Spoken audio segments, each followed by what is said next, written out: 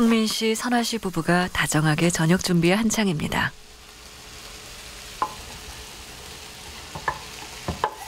두 사람은 결혼을 한 지 1년 정도밖에 되지 않은 신혼부부인데요. 같은 회사에서 만나 6년간 연애를 이어오다 작년에 결혼을 했습니다. 서로 관심사가 비슷하고 취미도 같아 통하는 부분이 참 많은데요. 아까 보니까 오래돼가지고 그거 뭐지? 가오갤인 줄 알았어. 그런데 이들은 여느 부부와 다른 점이 있습니다. 바로 자녀 계획이 없다는 겁니다. 같이 살아보고 같이 지내보면서 지금 우리가 살고 있는 이 라이프 스타일이 유지되었으면 좋겠다는 생각도 들고, 그리고 단순히 그냥 아이를 갖지 말자라는 게 아니라 우리 같이 하고자 하는 나름의 이제 생애 설계도 우리끼리 이제 잡은 게 있고요. 저는 제가 좋아하는 일을 잘할 때까지 하고 싶은데 아이가 생기면은 돌봐야 하는 시간도 있고 거기에 들어가는 지금 배우고 있는 비용 같은 것도 육아비에 또는 교육비에 그렇게 들어갈 거라서 제가 하고 싶은 일을 다 못할 거라는 생각이 듭니다. 두 사람은 삶의 가치와 중심을 자신들에게 맞추며 자아 개발에 좀 더 시간을 할애할 계획입니다.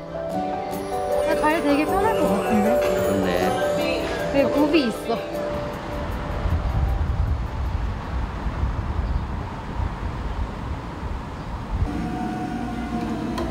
카페에서 아르바이트를 하는 지우 씨. 그는 서울에서 대학을 다니다 졸업을 한 후 고향인 울산으로 다시 돌아왔습니다.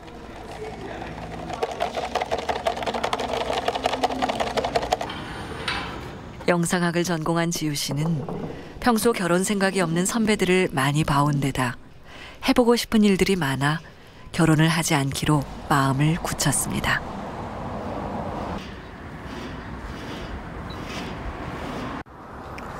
일단 저는 혼자 살면서 저만의 시간을 확보하고 제 삶이 있는 게 되게 중요하다고 생각을 해서 비혼을 꿈꾸게 됐고, 그 자체가 그렇게 외롭다고는 생각을 안 하고요. 오히려 이제 먼저 저보다 결혼을 한 언니를 봤을 때 자기만의 삶이 조금 없다고 생각했어요. 가족한테 매진을 한다거나 아니면 뭐 자식을 키우는 그런 상황을 봤을 때 언니만의 삶이 있을까라는 생각이 좀 들기도 했었고요. 그래서 뭔가 자연스럽게 나를 되게 소중하고 좀 아끼는 사람 입장에서 비혼을 좀 당연하게 생각을 했던 것 같고, 이런 점이 비단 저뿐만 아니라 좀 여성 공동체들에게도 좀 많이 비춰지는 모습인 것 같아서 그런 비혼 커뮤니티 같은 거에서도 많은 정보를 얻고 있고, 그런 분들과 함께 하면은 그렇게 외롭지는 않다고 저는 생각합니다.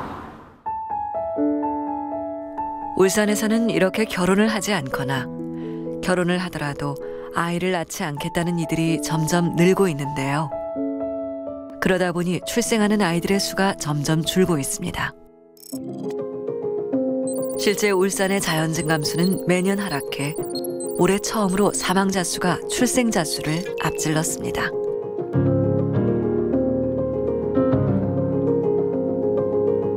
출생률 하락은 학생 수 감소로 이어져 신입생이 적은 초등학교는 통폐합되거나 중학교는 학급당 학생 수가 줄어드는 현상이 나타나고 있습니다. 대학 진학을 위해 외지로 떠나는 고3 졸업생들도 울산의 인구를 감소시키는 주된 원인입니다. 올해 울산의 4년제 대학 진학자의 경우 울산에 입학하는 학생 수보다 외주로 나가는 학생들이 더 많은 것을 알 수 있습니다. 그런데 타지로 유학 가는 것은 나은 환경을 위한 선택이었다 하더라도 이들이 졸업 후 다시 돌아오지 않는다면 울산 인구는 계속 감소할 수밖에 없지 않을까요?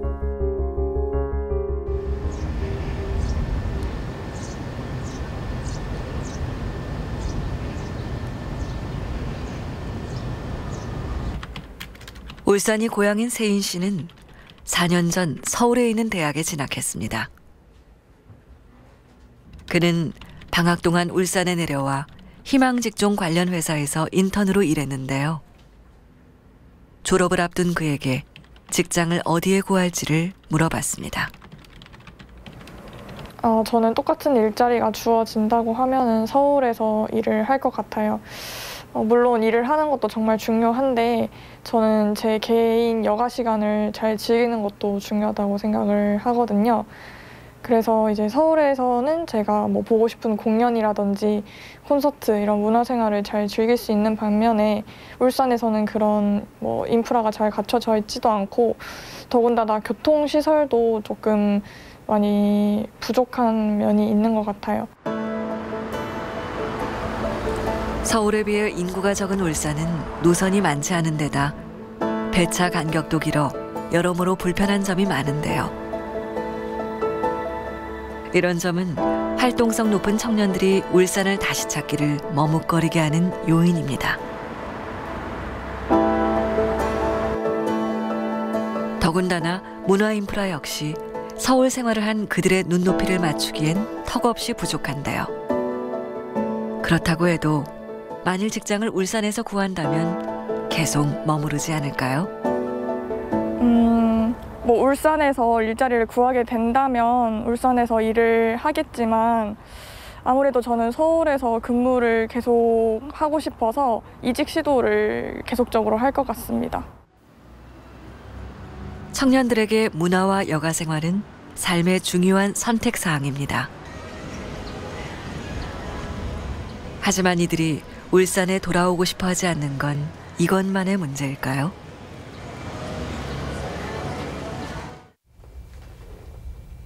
서울의 한 오피스텔에서 인터넷 쇼핑몰을 운영 중인 승현 씨. 그는 외국에서 디자인 공부를 마친 후 처음에는 부모님이 살던 울산에서 창업을 시도했습니다. 아까 전에 그 맡겼던 거랑 제가 바로 가져가는 거 말고 퀵으로 보내려고요. 하지만 그것도 잠시. 얼마 되지 않아 서울로 올라올 수밖에 없었습니다. 원단을 구하기 위해 울산이나 부산에 있는 시장을 둘러보러 다녔지만 유행에 뒤처진 데다 종류도 많지 않아 서울에 재료를 사러 갈 일이 많아졌는데요. 이런 이동 비용들이 제품 원가에 영향을 미쳐 결국 사업 경쟁력을 떨어뜨렸습니다. 그런데 서울을 선택한 건 재료를 구하는 문제만은 아니었습니다. 한국에서는 당연히 여러 다른 지방에서도 뭐 샘플을 제작할 만한 곳이라거나 뭐 의상을 아예 판매용 의상을 제작해 줄 만한 곳이 있을 줄 알았는데 알고 보니까 저희 나라는 서울 쪽에 다 모여 있더라고요. 그런 공장이나 샘플실들이. 그래서 친구들 이야기를 듣고 아, 서울로 가긴 가야겠구나. 왜냐면 제가 몇 번씩 이렇게 이동을 해보니까 시간이라던가 금전적으로 너무 제약이 많더라고요. 다른 친구들에 비해서 지방에서 이동하려면.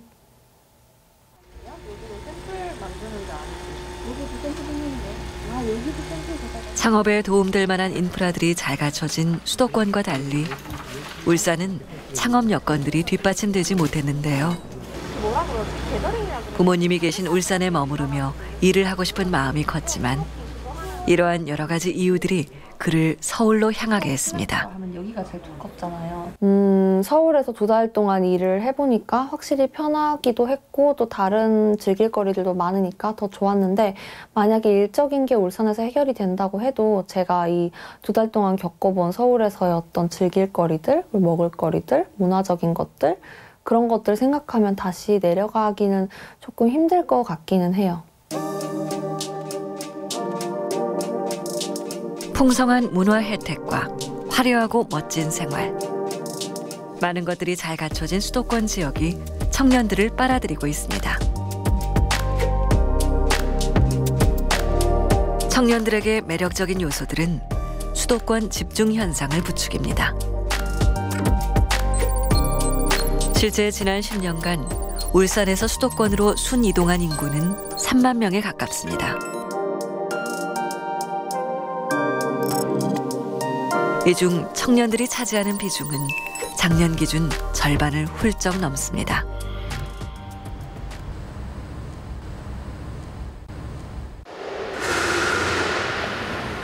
울산의 한 열교환기 제조업체에서 일하고 있는 성훈 씨. 이곳에서 일을 한 지는 4년 정도 됐습니다.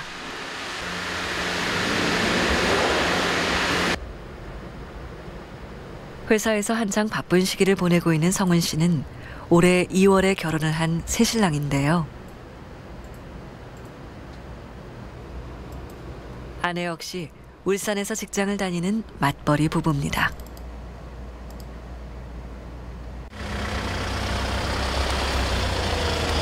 일을 마친 뒤 퇴근을 하는 성훈 씨를 한번 따라가 봤습니다.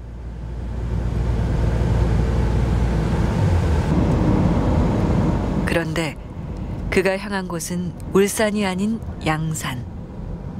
최근 몇 년 사이 새 아파트가 많이 들어선 울산 인근 지역입니다. 처음에는 이제 울산 쪽에 구하려고 집을 알아봤더니 집값이 너무 비싸더라고요. 그러다 보니까 일단 저희 형편에 맞게 하려고 하기에는 뭐 갈 수 있는 데가 많지가 않았고, 그렇다고 부모님한테 도와달라고 하기에도 조금 무리가 있어서 알아보다 보니까 이제 양산 쪽이 그래도 울산에 비하면 한 절반 정도의 가격에 괜찮은 신축을 구할 수가 있어서 이쪽으로 오게 되었습니다.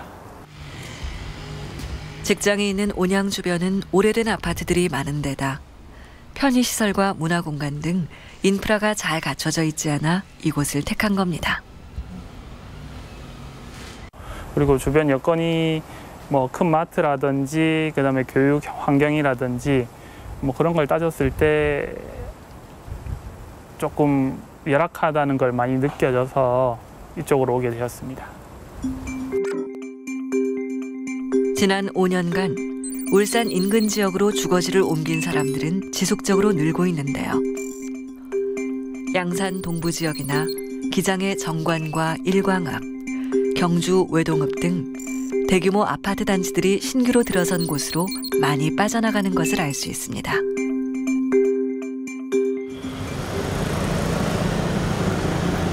정년 퇴직자들의 인구 유출도 한 원인입니다. 1955년부터 74년 사이에 연 100만 명 이상 태어나 대한민국 경제의 불꽃 성장을 일으킨 주역들을 베이비 부머라고 하는데요. 울산에서도 이들이 차지하는 비중은 매우 큽니다. 그런데 베이비 부머의 은퇴가 본격화되면서 고향으로 가거나 타지로 가는 경우가 늘고 있습니다. 은퇴한 이후 울산을 떠난 이들은 최근 5년간 8,000명에 가깝습니다. 지금까지 세대별로 울산을 빠져나간 사례를 살펴봤는데요. 이러한 지속적인 인구 유출은 울산의 경쟁력 약화 요인이 되고 있습니다. 울산의 인구는 2015년 정점을 찍은 이후 해마다 10,000명씩 감소하는 추세입니다. 이를 토대로 30년 뒤 울산 인구를 예측해보면 약 30만 명이 줄어듭니다.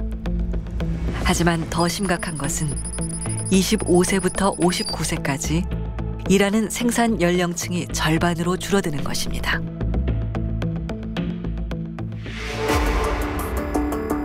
이런 현실은 비단 울산만의 문제가 아닌 전국적인 현상으로 대한민국의 미래를 암울하게 하고 있습니다. 베이비 부머 세대 때는 100만 명을 유지하던 출생아 수가 급격히 줄며 2021년 기준 26만 명까지 떨어졌습니다. 또 합계 출산율은 1.0 이하로 낮아져 세계에서 유례를 찾기 힘든 상황입니다. 가임기 여성을 65세 이상 고령층으로 나눈 인구 소멸 위험 지수가 0.5 이하인 지역, 즉 앞으로 사람이 살지 않게 될 지자체도 무려 113곳에 달합니다. 이 추세라면 2100년에는 인구가 지금보다 3천만 명 이상 줄어든 초고령화 사회가 될 것으로 예상됩니다.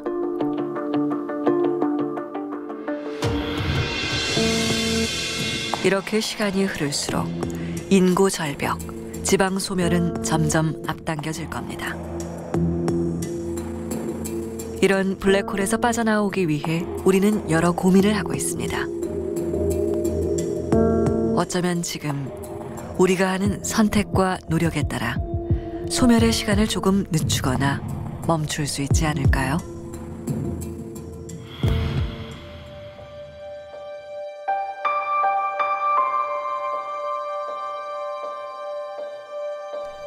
경북 의성군에는 조금만 외곽으로 나가보면 이런 빈집들을 쉽게 발견할 수 있습니다. 의성은 우리나라에서 1, 2위를 다투는 대표적인 인구 소멸 위기 지역입니다. 전체적으로 보면 우리나라 근대 한 50년간의 발전의 그 명암을 압축적으로 보여주는 지역인 것 같아요.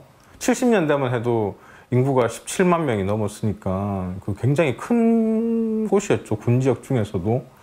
그런데 그게 뭐 한 90년대 이후로 그 10만 미만으로 떨어져서 현재는 지금 5만도 유지하기 어려운 상황이에요. 지금 2020년 정도 되면 지금 5만 1,000명 정도니까 그만큼 우리나라 발전과 더불어서 인구의 그 도농간 그 유출입에 의해서 이제 농어촌 지역이 쇠퇴하는 그 선두에 있었던 곳이고,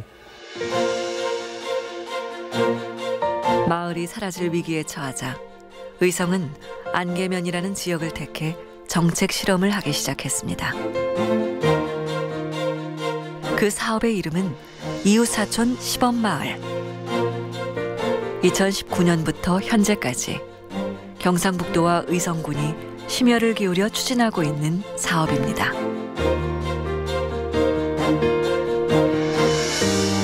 안개면 일원에 일자리와 주거단지, 교육과 의료센터를 만들거나 앞으로 지을 계획을 갖고 인구 유입을 위한 인프라를 조성하는 대규모 프로젝트입니다. 의성의 인구 감소를 막기 위해 약 1,200억 원 이상이 투입된 이 사업의 대상은 청년이었습니다. 다 아시는 분은 아시겠습니다만 의성이 고령화율이 전국 1위입니다. 작년 2021년 말 현재 의성의 고령화율이 43.1%예요. 따라서 현실적으로 인구를 늘리는 것은 저는 굉장히 어려운 일이라고 봅니다. 왜냐? 우리 총인구가 줄고 있기 때문에. 따라서 인구 총량을 늘리는 정책보다는 인구의 질적 구성을 어떻게 바꿀 거냐. 그런 측면에서 지속 가능한 의성을 위해서는 청년 인구 유입이 절대적으로 필요하다. 그 출발지는 여관을 리모델링한 건물입니다. 장기간 비어있던 곳을 1층은 카페로, 2층은 숙박시설로 꾸며 도시 청년들의 의성 살아보기 프로그램의 거점 공간으로 이용 중입니다. 청춘구 행복동이라는 프로그램은 도시 청년들이 2달 정도 의성에 살면서 장기적으로 머무를 수 있는지를 경험해보는 일종의 정착 실험입니다. 무상으로 지원되는 이 프로그램을 통해 청년들은 다양한 체험들을 해봅니다. 도시에 있는 청년들이 시골에 와서 새로운 인생을 좀 찾을 수 있게끔, 그리고 도시에서 내가 지쳤던 모습들을 조금 더 내려놓고 내가 조금 더 새로운 삶을 능동적으로 살 수 있게끔 시골에서의 정착에 대한 프로그램을 준비를 시키고요. 그리고 이제 프로그램 이후에는 의성군에 같이 남아서 뭐 창업도 하고 새로운 자기가 원하는 아이템들을 개발하고 운영하고 있는 그런 프로그램이라고 생각을 하시면 될 것 같습니다. 창업 공간은 낡은 건물을 리모델링한 경우가 많은데요. 이곳은 우체국을 개조해 만든 식당입니다. 가게를 운영하는 청년 사장인 학정 씨. 정착한 지는 2년이 됐습니다. 그 역시 도시 청년 유입 프로그램을 통해 들어왔습니다.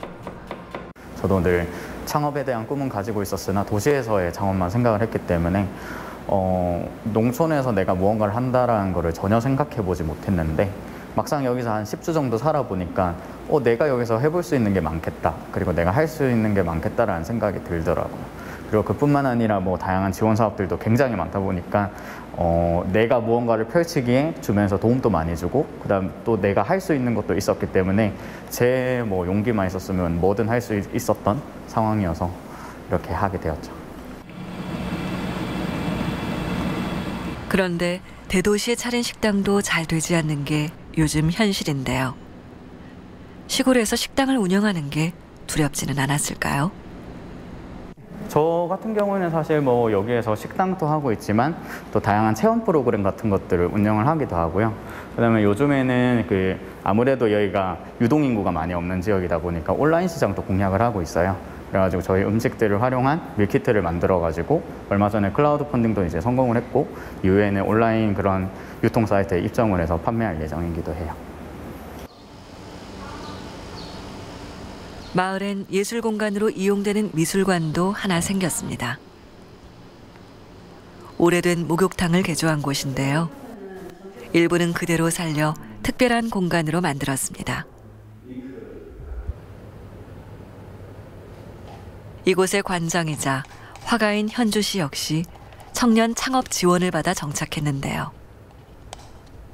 하지만 지원금을 받아 창업한 후에 성과를 내지 못하고 떠나는 청년들이 생기면서 그를 곱지 않은 시선으로 바라보는 이들도 있다고 합니다.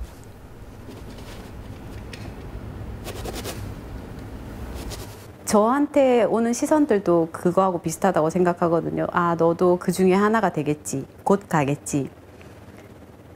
근데 사실 저는 여기 이제 안개미술관 개관하려고 저 나름으로 얼마나 많이 노력을 했겠어요. 리모델링도 심사숙고해서 했고 저 나름으로 이제 작업 공간도 이렇게 열과 성의를 다해서 꾸며놨는데 제가 사라져야 될 이유가 없거든요.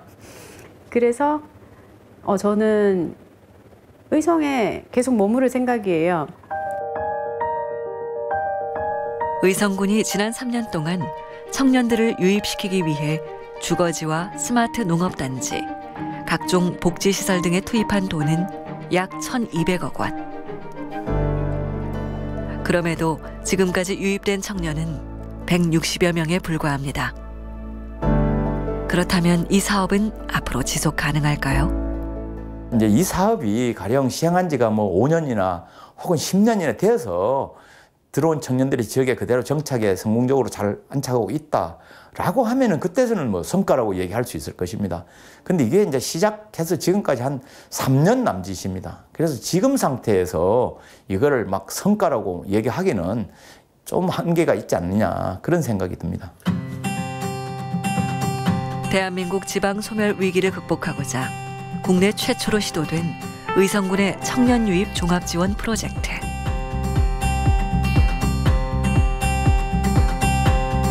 이곳의 인구 실험은 지금도 계속되고 있습니다.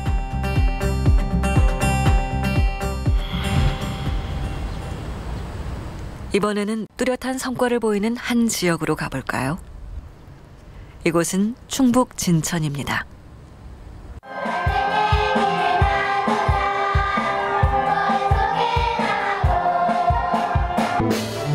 지난 7월 진천 덕산읍에서는 특별한 행사가 진행됐습니다. 읍 승격 3주년을 기념하고 인구 3만 돌파를 축하하기 위해 마련한 의미 있는 음악회입니다.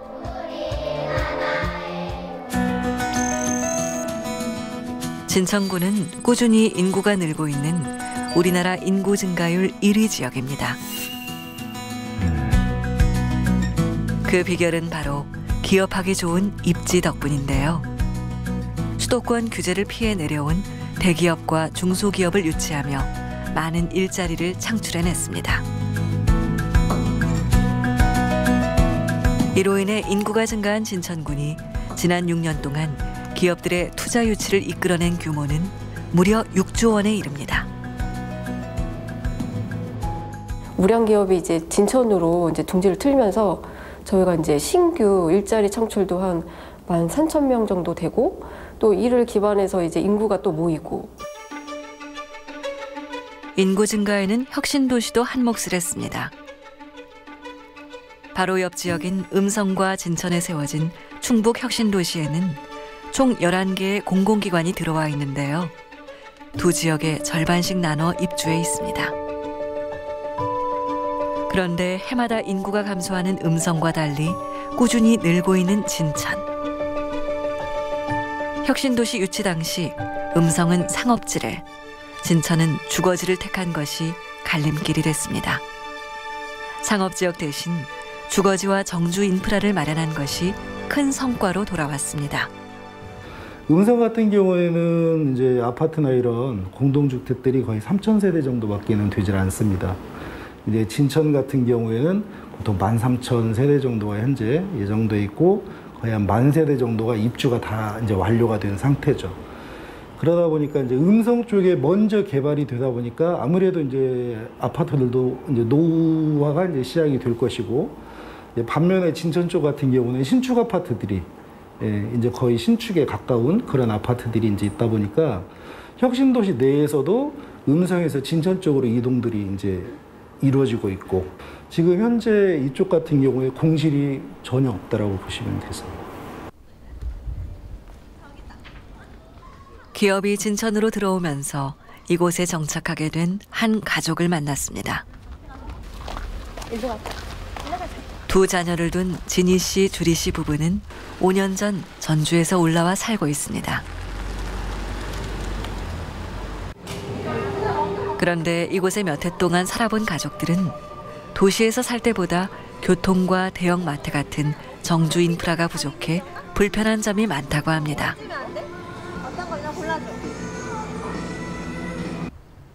또 아이들이 커가면서 육아와 교육을 뒷받침해줄 환경도 부족함을 느낍니다. 뭐야? 아이들이 즐길 수 있는 환경이나 아이가 체험할 수 있는 공간, 그리고 문화생활 할 수 있는 공간, 뭐 서점 같은 것도 없고요. 아까 큰 병원도 없고요.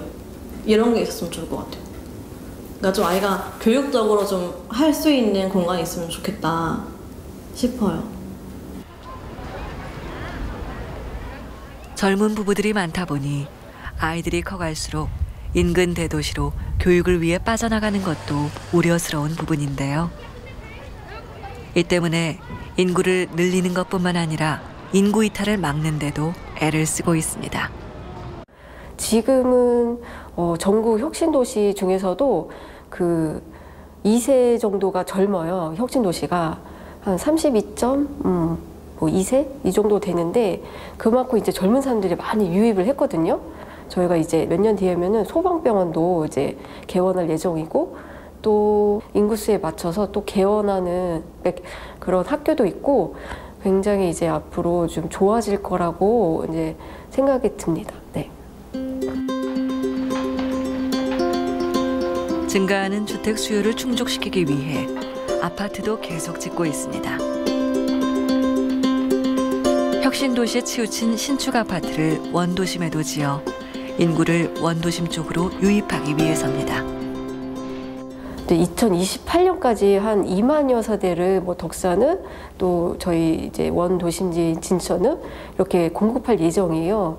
그래서 이런 주택 수요의 문제를 좀 해결하려고 노력하고 있습니다. 교통의 발달로 수도권과 가까워지면서 마주할 인구 유출과 낙후된 원도심으로의 인구 유입. 앞으로 진천이 함께 풀어가야 할 숙제입니다.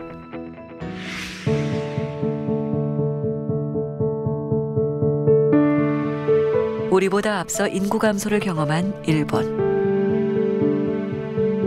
일본의 여러 지방 도시들은 지금 소멸 위기에 직면해 있습니다. 그런데 몇 년째 인구가 증가해 주목받는 곳이 있는데요. 바로 후쿠이 현에 있는 사바이시입니다.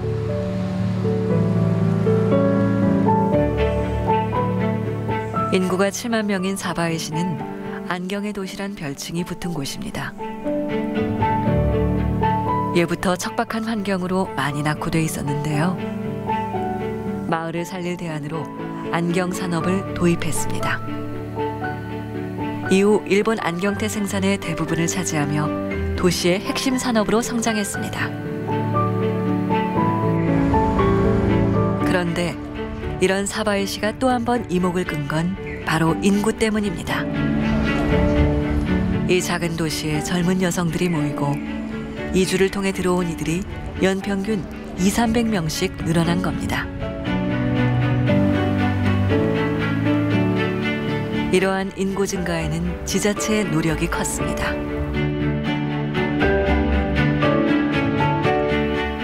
외지에서 들어온 이들이 늘면서 세대수가 눈에 띄게 증가했는데요. 시는 이들을 정책 제안에도 적극 참여시키고 있습니다. 公益的なまちづくりですね、それを自分たちで考えていただいて、それを市へ提案をしていただく、そういった市民の皆さんの声をまちづくりに積極的に生かしていくというのが、そこの鯖江のならではのまちづくりというか行政運営のやり方だと思ってます。 살기 좋은 도시 만들기를 통해 인구 유입을 꾀하는 전략.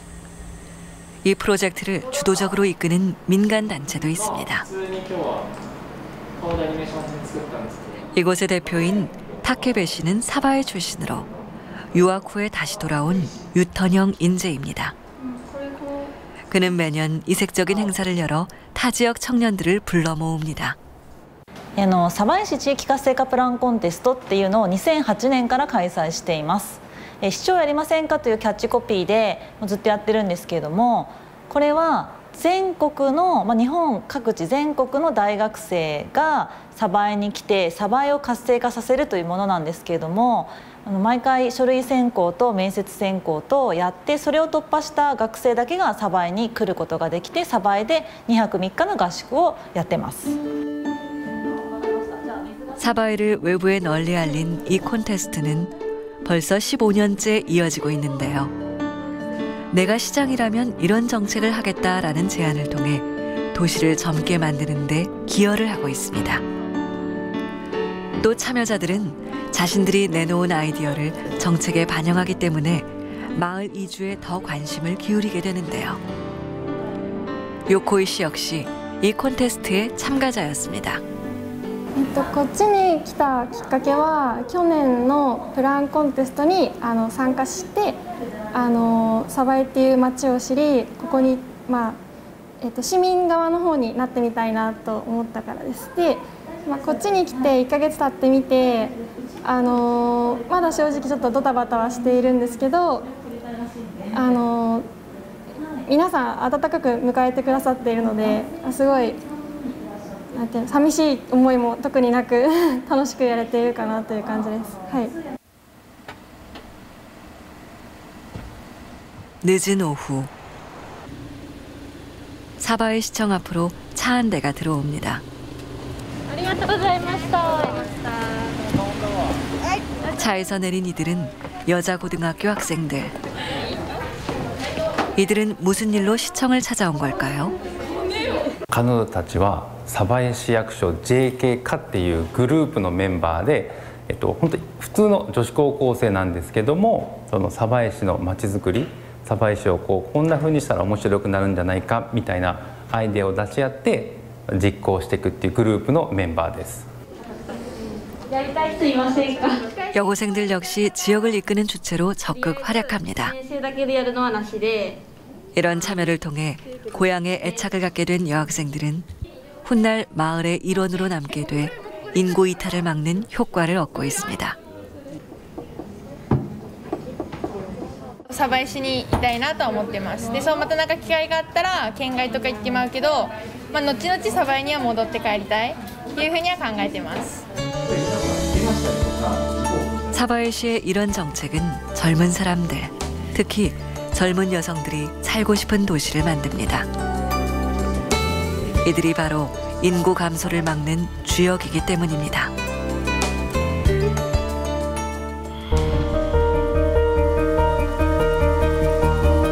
도쿄에서 1시간 정도 떨어진 인구 20만의 도시 나가레야마. 도쿄로 출퇴근하는 이들이 많은 전형적인 배드타운입니다. 5년 연속 인구 증가 1위를 기록한 곳인데요. 그 비결은 무엇일까요?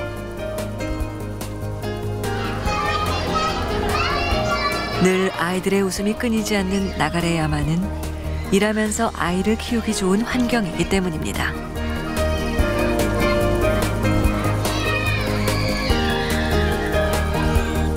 그래서 도쿄에 일자리를 두고 이곳에서 출퇴근을 하기 위해 이사를 오는 젊은 맞벌이 부부가 많습니다.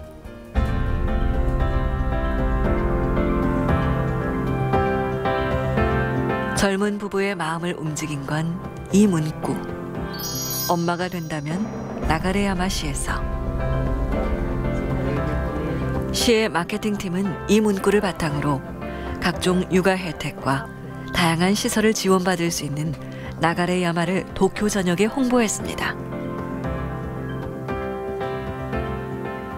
まだ共働きなので働きながら働きながら子育てができるっていう環境づくりっていうのをまず注力したので、保育園の新設増設、あとは送迎保育ステーションの設置、あとはその教育環境の整備ということで英語教育の充実であるとか、そういったことに取り組みました。 젊은 맞벌이 부부를 위해 육아시설에 신경 쓴 결과 10년 전 17곳이었던 보육원이 100여 곳으로 증가했습니다. 이는 편의점 숫자보다 많은데요. 아동수 역시 4배 가까이 증가했습니다. 부모들이 좋아할 만한 육아 지원 이벤트들도 수시로 열고 있습니다.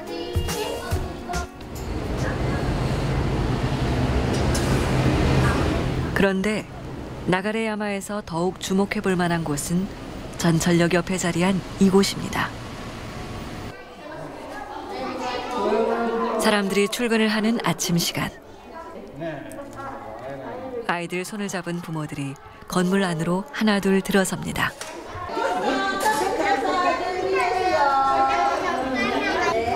얼핏 보면 어린이집 같아 보이지만 사실 이곳은 맞벌이 부부들이 아이를 맡기고 도쿄로 가는 전철을 바로 탈 수 있는 보육 스테이션입니다.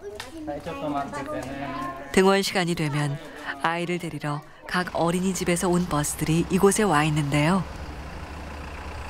시의 이러한 지원 서비스를 통해 부모들은 보육시설에 직접 가서 아이들을 맡길 필요가 없습니다.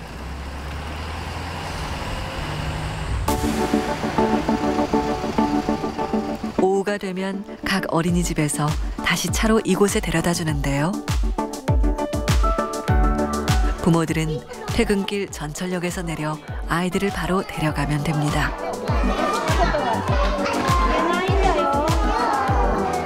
퇴근이 늦은 부모들이 요청하면 저녁 8시까지 아이를 맡아줍니다. 이 보육 스테이션 정책은 시간적인 효율성은 물론 비용 부담이 크지 않아 인기가 좋습니다. 1日100円で1ヶ月どれだけ使っても2000円になってます。で現在登録自体は80名弱ぐらいおりまして、毎日の利用はだいたい40人とかぐらいのお子様が使ってます。 4살 난 아이를 키우고 있는 이마타 씨 부부. 결혼한 지 5년이 된 부부는 도쿄로 출퇴근하며 맞벌이를 하고 있습니다. 이들이 이곳으로 이사 오기 전 중요하게 고려한 사항은 육아 환경이었습니다. 그런데 더 도움이 된 건 바로 육아 커뮤니티였습니다. 낯선 도시로 이사 온 이들에게 커뮤니티는 큰 힘이 됐습니다. 子供が生まれた時から手厚いサービスがあって、赤ちゃん向けのなんていうんですかね、子育て支援サービスが充実していたりだとか、あとママコミュニティがたくさんあったりして、楽しく育児をする場が流山市にはあると思っています。처음 이사 온 곳에서 자기 일처럼 챙겨주는 육아 커뮤니티는 든든한 가족과 같습니다. 나가레야마에서 아이를 키우는 것은 부부 둘만의 일이 아닌 도시 공동체가 함께합니다.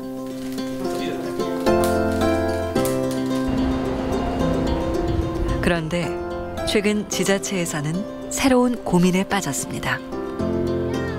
지금까지 인구 유지 방식이 계속 가능할 수 있을까 하는 점입니다. これからだからもう右肩上がりの成長っていうのはやはり日本全体でも厳しいとは思いますので、地方も人口を増やしますっていう建前で計画を作るんじゃなくて、人口はまあ維持かちょっとずつ減ってはいくんだけれども、その町の特色に合った人たちを主役にしてって、でその方たちがこの町やっぱり住んでよかったな、この町を支えていきたいなって思うような仕組みや事業を作っていくっていうのが大事だと思っていて、こう支持されるようなそういう政策とか事業をやっていくっていうのが一つのヒントになるかなと思います。 여러 정책들의 시도. 그러나 쉽게 늘지 않는 인구. 이제 일본은 새로운 문제를 풀고 있습니다.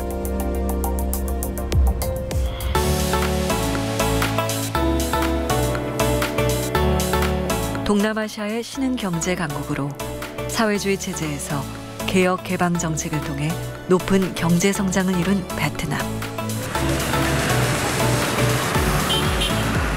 인구가 1억에 조금 못 미치는 세계에서 15번째로 인구가 많은 나라입니다. 베트남은 개발도상국이라고 하기 어려울 정도로 연령별로 인구가 골고루 분포되어 있는데요. 이는 정부에서 수십 년 동안 두 아이 낳기 캠페인을 벌인 결과입니다. 매년 130만 명의 아이가 태어나고 있습니다. 인구 구조는 베트남은 지난 20년 동안 아이를 2명을 낳았어요. 이제 학계 출산율이라고 있잖아요. 우리나라는 0.82 됐는데 베트남은 지난 20년 동안 학계 출산율이 2.0에서 2.1 사이였었습니다. 그 이야기는 2명이 만나서 2명을 낳은 거기 때문에 인구가 굉장히 안정적인 거죠. 하지만 호치민, 하노이와 같은 대도시를 중심으로 젊은이들이 일자리를 찾아 몰리면서 인구에 조금씩 변화가 나타나기 시작했습니다. 우리나라의 수도권 쏠림 현상과 같이 도시로 몰린 청년들이 자신의 삶을 즐기고 아이 낳기를 꺼려하면서 출산율이 눈에 띄게 떨어지게 된 겁니다. 2.0 이상이던 합계 출산율이 대도시에서는 1.5 수준까지 낮아졌습니다. 이 모습이 한국이 걸어온 길과 똑같다는 걸 알게 된 베트남은 새로운 인구 정책을 모색합니다.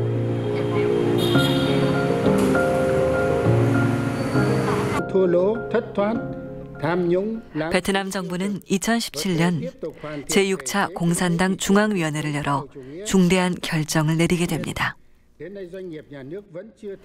지금까지 유지해오던 가족계획을 인구 정책의 중심에 놓지 않고 줄어드는 인구에 대비하는 시각으로 전략을 바꾸게 되는데요. 이것이 바로 이들이 선택한 인구 적응 정책입니다. 더 많이 아이가 낳는 거를 원하겠지만 그게 완화 정책인데 그것뿐만이 아니라 이미 줄어들게 된 거, 그 상황 속에서 사회가 제대로 작동할 것이냐 이거를 미리 예측을 하고 그거에 필요한 변화를 적응해 나가는 거죠. 그래서 적응 정책을 적절히 써야만 한다. 인구를 어떻게 이렇게 조절하고 바꿔 나가면서 그게 궁극적으로는 발전에 영향을 주느냐로 시각을 확 전환한 거죠. 그래서 그거를 저는 우리나라의 인구 정책에서도 배워야만 한다라고 생각을 한 겁니다. 미래 예측을 통해 인구가 줄어들 것을 알고 지금의 산업 구조로는 앞으로 경제 성장이 멈출 수 있다는 걸 깨달은 베트남. 변해가는 미래에 맞춘 특단의 인구 정책으로 산업 구조의 변화를 도모하고 다시 한번 경제 도약을 준비하고 있는 베트남.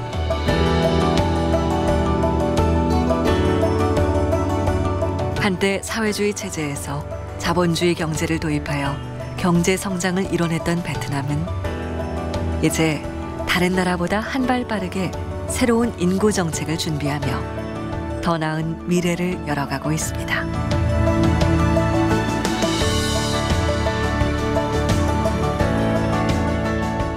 지금 우리한테 필요한 거는 이미 인구는 이렇게 되었으니 정해진 미래가 오고 있으면 이 정해진 미래는 인구에 의거 뭐가 되어야 되느냐? 이미 30년 전에, 이미 20년 전에 예상이 다 가능했었던 거예요. 근데 우리는 아무것도 안 한 거죠.